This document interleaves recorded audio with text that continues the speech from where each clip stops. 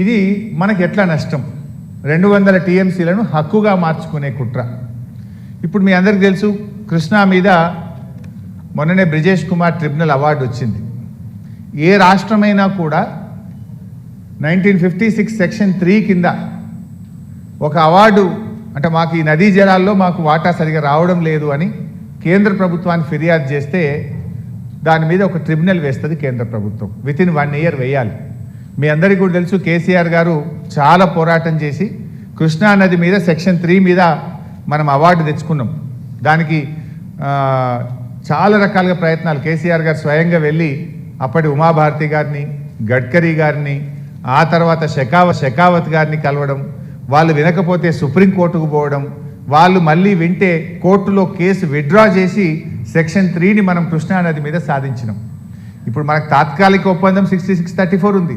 But KCR గారు సాధించిన section 3 వల్ల రేపు 500కు పైగా టీఎంసీలు కృష్ణానదిలో మనకు వచ్చే వెసులుబాటు కలిగింది. సో అది కేసీఆర్ గారు చాలా పోరాటం చేసి సెక్షన్ 3ని కృష్ణానది మీద సాధించారు. నా ఇక్కడ గోదావరి మీద ఏం జరుగుతుందంటే, ఆల్రెడీ ఆంధ్రప్రదేశ్ ప్రభుత్వం గోదావరి నది మీద కూడా ట్రిబ్యునల్ వేయండి అని సెక్షన్ 3 కింద ఢిల్లీలో కంప్లైంట్ ఇచ్చింది ఆల్రెడీ.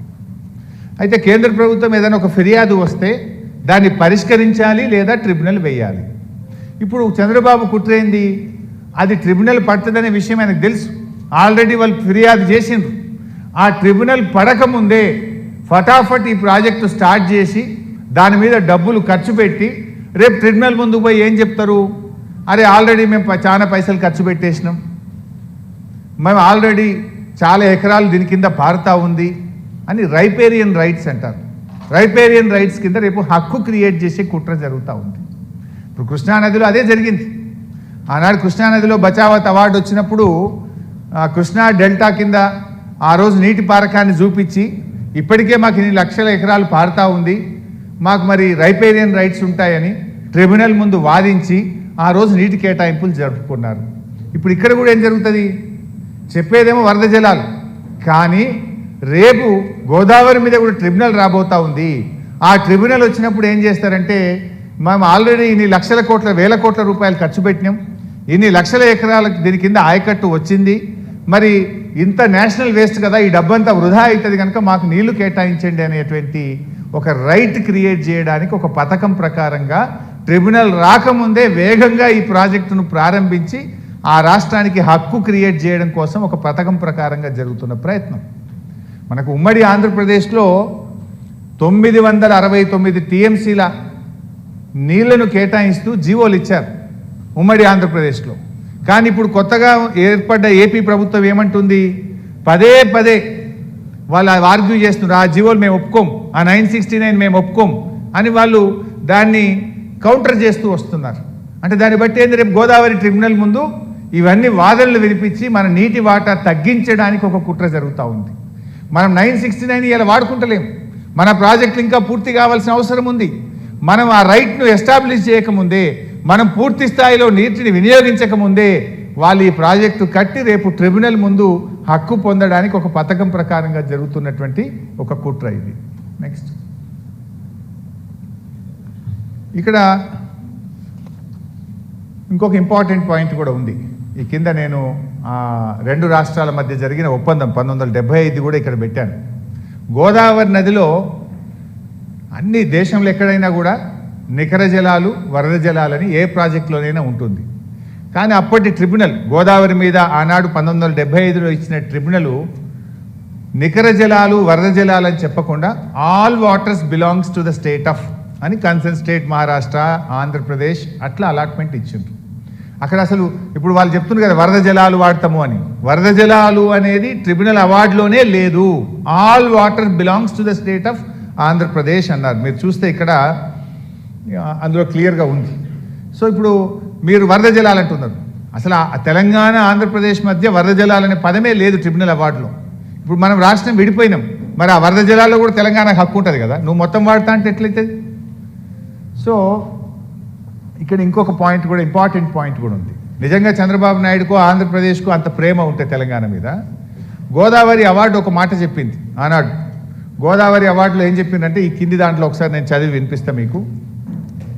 అంటే పోలవరం ప్రాజెక్టు కట్టి గోదావరి నదీ జలాలను కృష్ణా పరివాహక ప్రాంతానికి తీసుకువెళ్తే ఆ నీళ్లు పై రాష్ట్రాలకు హక్కు ఉంటుంది అని ఆనాడు బచావత్ చెప్పింది.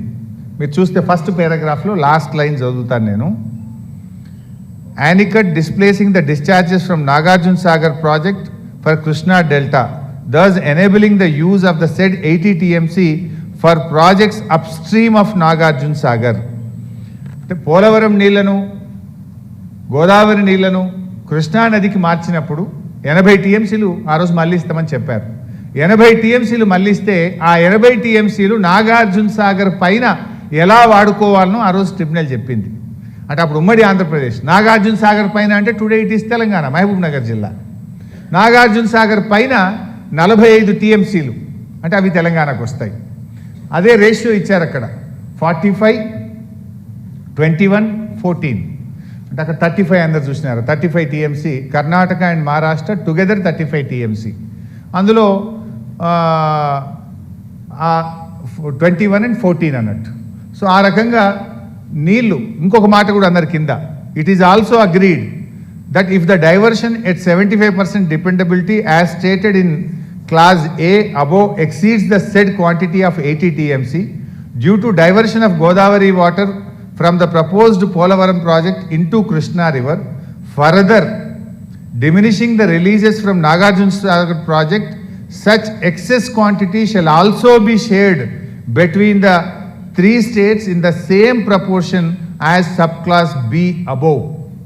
80 TMCల కంటే ఎక్కువ నీళ్లు పోలవరం నుంచి మళ్లిస్తే ఇదే రేషియోలో కృష్ణా నది నీళ్లు నాగార్జున సాగర్ పైన 3 రాష్ట్రాలకు ఇవ్వవలసి ఉంటుంది. అంటే ఇక్కడ మనకి స్పష్టంగా ఏమర్థమవుతుందంటే ఇప్పుడు 200 టీఎంసీలు పోలవరం నుంచి కృష్ణా పరివాహక ప్రాంతానికి చంద్రబాబు ప్రభుత్వం తీసుకుపోతూ ఉంటుంది. ఈ దేశంలో ట్రిబ్యునల్ అవార్డు సుప్రీంకోర్టు కూడా ట్రిబ్యునల్ అవార్డును అడ్డుకోజాలదు. ఏదైనా ఒక నది మీద ఒక ట్రిబ్యునల్ అవార్డు ఉంటే దాంట్లో సుప్రీంకోర్టు కూడా అదే final, that is the Bhagavad Gita of the nation. అయితే ఈరోజు ఆ రోజున్న 1975 గోదావరి అవార్డు ఏం చెప్పింది? 80 టీఎంసీలు పోలవరం నీళ్లు కృష్ణానదికి మళ్ళిస్తే 45 పైన నాగార్జున సాగర్ పైన తీసుకోవాలి, 21 మహారాష్ట్ర, 14 కర్ణాటక పంచుకోవాలని చెప్పింది. ఒకవేళ 80 కంటే ఎక్కువ మళ్ళిస్తే, ఇది మనం చెప్పింది కాదు, దిస్ ఈజ్ ద అగ్రిమెంట్ పెట్టి ఆ రోజు అవార్డు ప్రకారంగా తెలంగాణ అదేవిధంగా ఆయా 3 రాష్ట్రాల ముఖ్యమంత్రుల మధ్య జరిగిన అగ్రిమెంట్ కాపీ అది. సో 80 టీఎంసీల కంటే ఎక్కువ మళ్ళిస్తే కూడా అదే నిష్పత్తిలో నీళ్లు పంచుకోవాలి. ఏ నిష్పత్తి? 45, 21, 14. మరి ఇప్పుడు 200 టీఎంసీలు పోలవరం నుంచి తీసుకుపోతున్నావు కదా, 200 తీసుకుపోయినప్పుడు అదే నిష్పత్తిలో కృష్ణా నదిలో మనకు 45% రావాలి. 45 అంటే 200లో 45% అంటే దట్ ఈస్ 112.5 టీఎంసీ. మరి ఇప్పుడు ఈ రేవంత్ రెడ్డి అడగాలి కదా, దిస్ ఈజ్ ద అవార్డ్, ఇది నువ్వు చెప్పింది నేను చెప్పింది కాదు, tribunal award. So already Polavaram కింద 45 వచ్చేటివి ఉన్నాయి, మళ్ళీ ఇచ్చినాయి. ఇప్పుడు కొత్తగా 200 తీసుకుపోతే ఇదో 112.5, 112 ప్లస్ 45 అంటే 157 టీఎంసీలు కృష్ణా నదీ జలాల్లో అదనపు వాటా తెలంగాణ రాష్ట్రానికి రావాలి. నిజంగా 157 వచ్చినాయి అనుకో, మన పాలమూరు 90 కేటాయించుకోవచ్చు, మన కల్వకుర్తి 40 కూడా నికర జలాలు ఇవ్వచ్చు, మన నెట్టంపాడుకు కూడా వాడుకోవచ్చు. మన ఈ మొత్తం ప్రాజెక్టులు నికర జలాల మీద అయిపోయి రైట్ ఎస్టాబ్లిష్ అయిపోతుంది. మన పాలమూరు అనుమతులన్నీ క్లియర్ అయిపోతాయి. మరి దీన్ని ఎందుకు అడుగుతలేదు తెలంగాణ ప్రభుత్వం?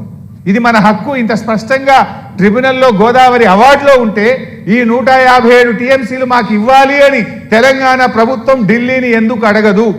ఈ రాష్ట్రం నుంచి ఉన్న ఢిల్లీ మంత్రులు, ఢిల్లీలో ఉన్న కిషన్ రెడ్డి గారో సంజయ్ గారో ఈ 157 టీఎంసీలు బచావత్ గోదావరి ట్రిబ్యునల్ అవార్డు ప్రకారంగా మా హక్కు మాకు ఇవ్వండి అని ఈ కేంద్ర మంత్రులు ఎందుకు అడగరు?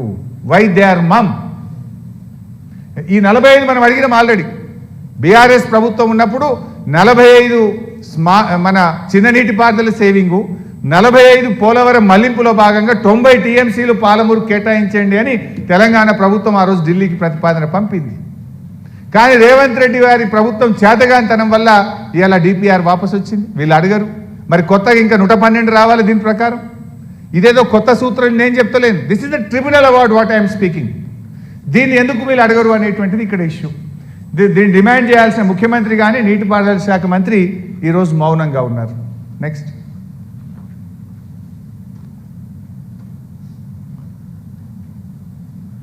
ఈ ప్రాజెక్ట్లో ఇంకో ఇంపార్టెంట్ పాయింట్, మీ అందరు 200 అనుకుంటున్నారు. వాళ్ళు ఒక డిపిఆర్ ఈ మధ్యనే ప్రిలిమినరీ ఫీజిబిలిటీ రిపోర్ట్ను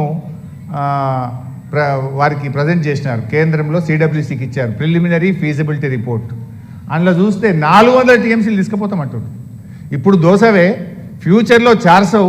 ఆ 400 కోసం ఇప్పటి నుంచే మేము తవ్వే టనళ్ళు కానీ కాలువల సైజు 400కు తవ్వుతామని రాసింది. అందులో మీరు అది చదివి వినిపిస్తాం మీకు. Reservoir is 173 TMC and live storage is 152 TMC, and there is a scope to increase it up to 300 to 400 TMC to cater the future needs. The gap-wise details are as tabulated below. The analysis strongly recommends that the initial infrastructure, particularly the gravity canal system, tunnels, surge shafts and delivery outlets to be designed from the outset for a 3 TMC per day capacity, even if only a 2 TMC per day diversion system is commissioned initially. ప్రస్తుతం 2 TMCలతోని commission చేసుకున్న తవ్వే టనళ్ళు కానీ canals కానీ surge shafts అన్ని 3 TMCలకు తవ్వుతాం. ఇప్పుడే భవిష్యత్తును దృష్టిలో పెట్టుకొని 3 TMCలు ఒక రోజుకు తీసుకుపోయే విధంగా టనళ్ళు తవ్వుతాం, కాలువలు తవ్వుతామని ఆంధ్రప్రదేశ్ ప్రభుత్వం ఇచ్చిన ఫీజిబిలిటీ రిపోర్ట్లోనే రాశారు. మనం అనుకుంటున్నాం 200 తీసుకుపోతారని, వాళ్ళు సూటు పెట్టింది 400. ఆనాడు పోతిరెడ్డిపాడులో అట్లే కుట్ర చేసిండ్రు. ఆనాడు పోతిరెడ్డిపాడులో కుట్ర చేసి కృష్ణా నదిని మొత్తం కూడా కొల్లగొట్టిండ్రు. ఇప్పుడు గోదావరిని కొల్లగొట్టే కుట్ర. చెప్పేది దోసవు, ఇప్పుడు 400కు ఆల్రెడీ టన్నులు తవ్వుతున్నారు. 3 TMC పర్ డేకు రంగం సిద్ధమైంది. చెప్తున్నది 2 TMC పర్ డే, కానీ వాళ్ళ డిపిఆర్లో వాళ్ళ ఫీజిబిలిటీ రిపోర్ట్లోనే చెప్పారు 3 TMCలు ఒక రోజుకు తీసుకుపోయే విధంగా మా పనులు జరుగుతాయి అని.